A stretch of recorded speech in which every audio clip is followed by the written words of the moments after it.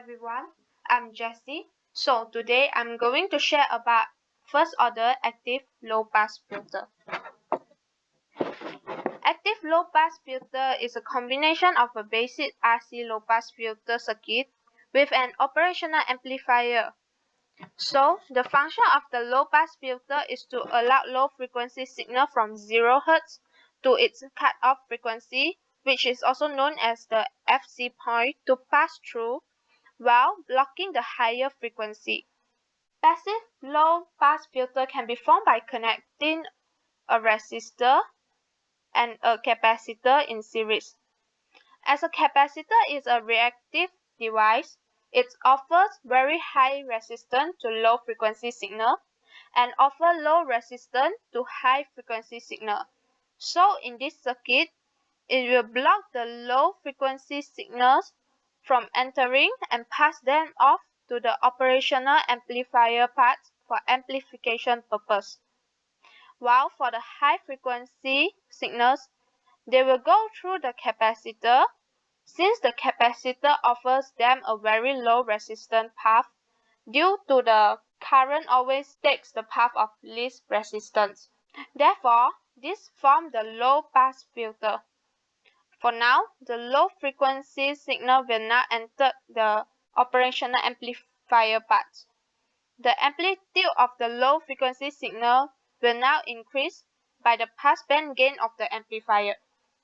In this case, this is a non-inverting amplifier circuit.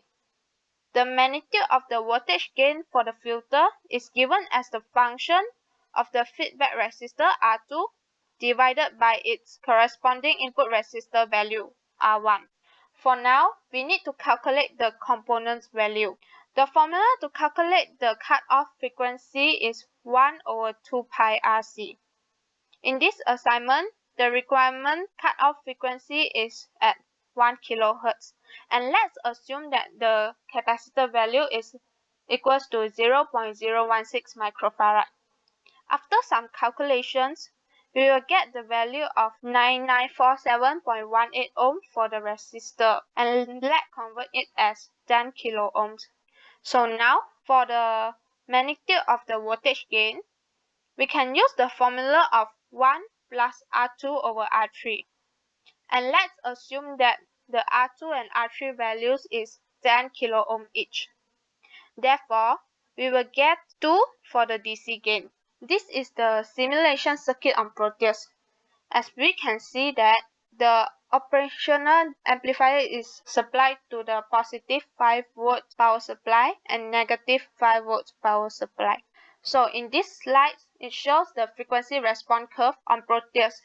As we can see that the gain is 5.98 dB, that's very close to 6 dB. So let's take 5.98 dB minus by 3 dB, we will get around 2.98 dB.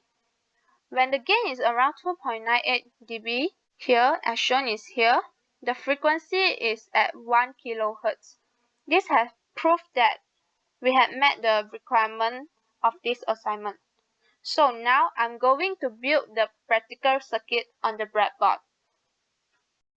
For practical circuit, we need a breadboard, 16 nanofarad capacitor, 2 10 kilo ohms resistor, 1 12 kilo ohms resistor, 1 LM741 op-amp, and some jumper wires. Now, place the LM741 op-amp on the breadboard.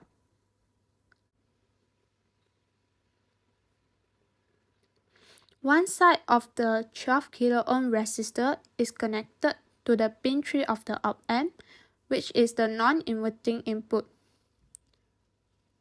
The 16 nanofarad capacitor is connected in series with the 12 kilo ohm resistor and the pin 3 of the op-amp, and another side is connected to the ground. 10 kilo ohm resistor, let's known it as R2, is connected to the pin 6 of the op-amp, which is known as the output pin. Another 10 kilo ohm resistor, named it as R3, is connected in series with the R2 resistor. And another side is connected to the ground. A jumper wire is used to connect the pin 2 of the op-amp, which is the inverting input, to the middle of the 2 kilo ohms resistors.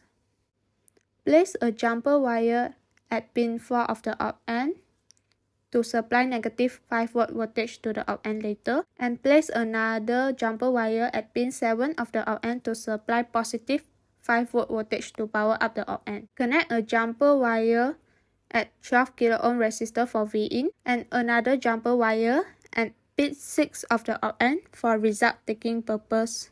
The 10 kilo ohm resistor is changed to 12 kilo ohm resistor during the practical because due to components tolerance issue, and it was not able to achieve 1 kHz cut-off frequency that required by this assignment. After changing to 12 kilo ohm resistor, this problem is solved. The circuit is powered up by positive 5 volt and negative 5 volt from the power supply. V-in is supplied with 1 kHz frequency and 2 VPP, which means 1 Vp.